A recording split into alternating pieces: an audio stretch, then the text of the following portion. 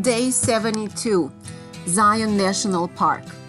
So I read that you need to be there early in the morning in order to be able to find parking in the town of Springdale and to be able to get on the shuttle bus that goes through the main part of the park.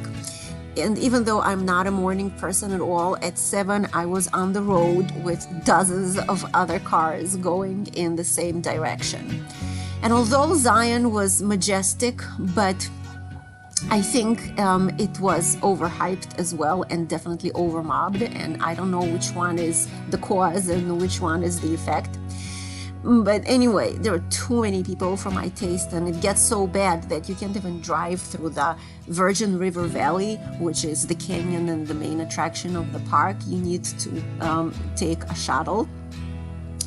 And because the park is so overcrowded, you do realize how beautiful it is, but you don't get the full experience of it. And I don't think that you can really do that unless you do one of the two iconic hikes of the park, either Angel's Landing or the Narrows.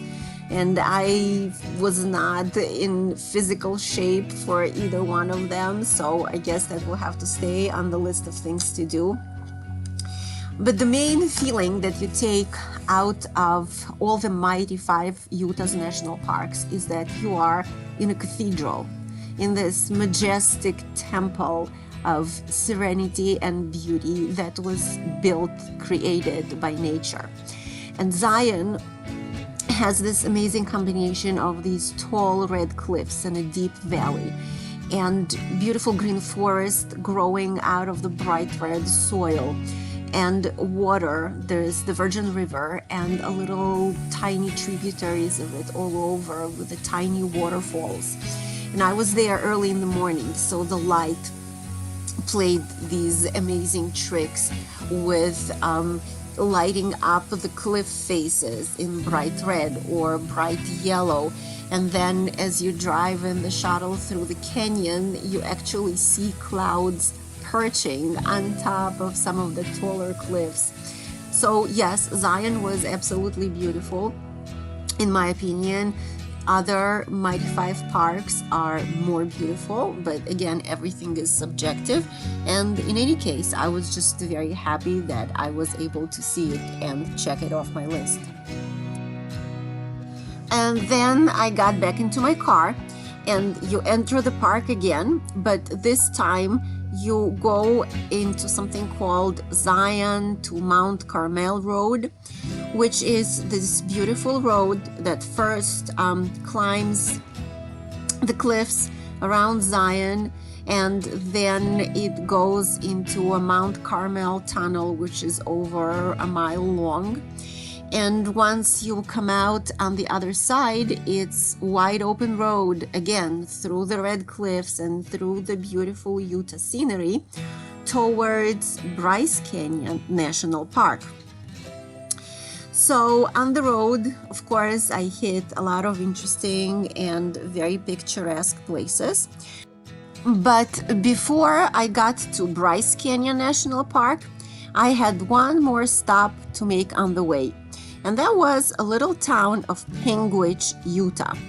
Now, I said it again that I love quilts, and I'm an amateur quilter myself. I made a few either for kids of very close friends or for my own kids, and I fully appreciate the amount of time and patience and workmanship that goes into a quilt.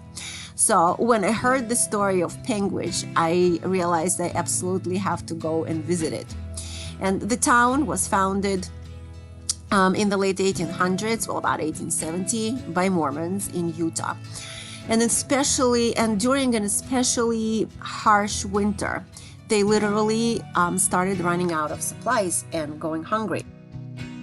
So they sent out 2 parties that went into opposite directions trying to reach the closest neighboring towns. One pretty soon had to turn back because of the weather, and the second one was about to do the same because they just kept on falling through the snow. So they spread out their quilts and knelt down to pray, and they realized that while they were on a quilt, they were not sinking into the snow. And that's how they started walking. You throw a quilt in front of you, and you carry another one, and you walk on the quilt and then pick it up and throw the next one on, and that's how they reached the neighborhood town and were able to obtain and bring back supplies to Panguitch. And they have a beautiful park built to commemorate the famous Panguitch Quilt Walk, and they also have a quilt festival every summer. So that was a must-do for me. And to cap things off, just a few more pictures from the beautiful Zion National Park and the road out.